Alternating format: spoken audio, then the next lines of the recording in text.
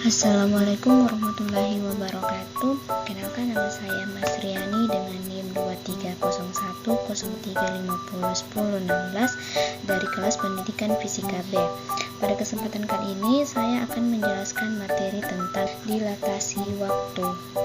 Nah, apa sih sebenarnya dilatasi waktu itu?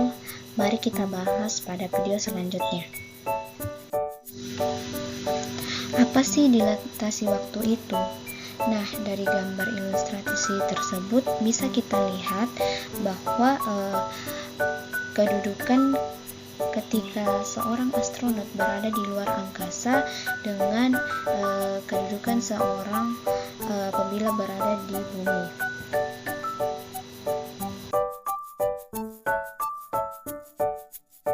Dilatasi waktu adalah fenomena fisika yang dijelaskan dalam teori relativitas khusus oleh Albert Einstein.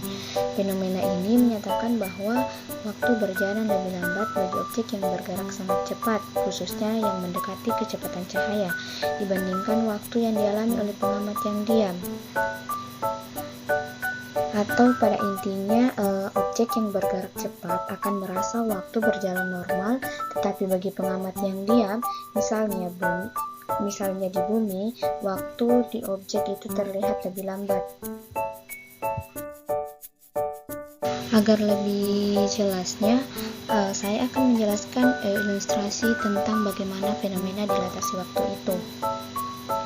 Nah, bayangkan ada seorang astronot yang bepergian dengan kecepatan yang sangat tinggi mendekati kecepatan cahaya di luar angkasa. Sementara itu, ada seorang lagi yang tetap tinggal di bumi. Pesawat astronot bergerak sangat cepat, misalnya dengan kecepatan 90% dari kecepatan cahaya. Dan di dalam pesawat, astronot akan merasa waktu berjalan seperti biasa, jam tangannya berdetak normal. Tetapi orang yang ada di bumi melihat pesawat melaju sangat cepat. Dari sudut pandang orang di bumi, waktu di dalam pesawat berjalan lebih lambat dibandingkan waktu di bumi. Mengapa demikian?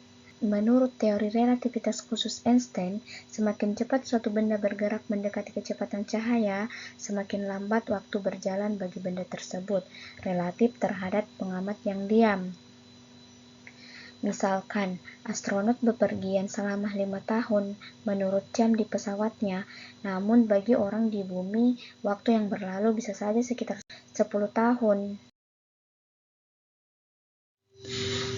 Nah, adapun rumusan dasar dari dilatasi waktu yaitu T sama dengan T0 per akar 1 dikurang P kuadrat per C kuadrat.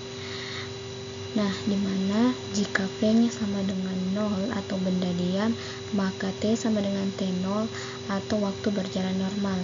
Nah, jika V mendekati C, penyebut menjadi kecil, sehingga T menjadi lebih besar dari T0, artinya waktu berjalan lebih lambat untuk yang bergerak. Dilatasi waktu terjadi. Agar lebih jelasnya, mari kita bahas contoh soal berikut ini. Seorang astronot bergerak dengan kecepatan 0,8 C atau setara dengan kecepatan cahaya selama 5 tahun menurut waktu di pesawat. Nah, berapakah waktu terukur oleh pengamat yang ada di bumi? Kita bisa menyelesaikan soal tersebut menggunakan persamaan dilatasi waktu.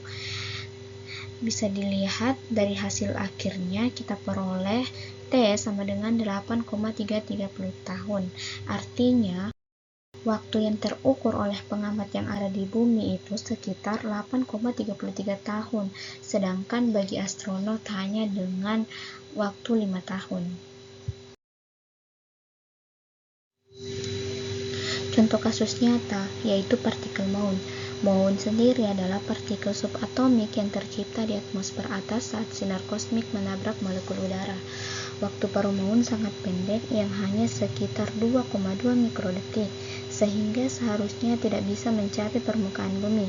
Tapi karena mereka bergerak sangat cepat atau mendekati kecepatan cahaya, waktu bagi muon melambat sehingga mereka bisa mencapai permukaan bumi sebelum meluruh. Nah, ini adalah bukti eksperimental nyata dari dilatasi waktu. Nah, adapun kesimpulan dari materi dilatasi waktu ini yaitu dilatasi waktu membuktikan bahwa waktu bersifat relatif. Artinya, waktu tidak mutlak namun relatif, tergantung pada kecepatan gerak pengamat. Semakin cepat suatu objek bergerak mendekati kecepatan cahaya, semakin lambat waktu berjalan relatif terhadap diameter pengamat.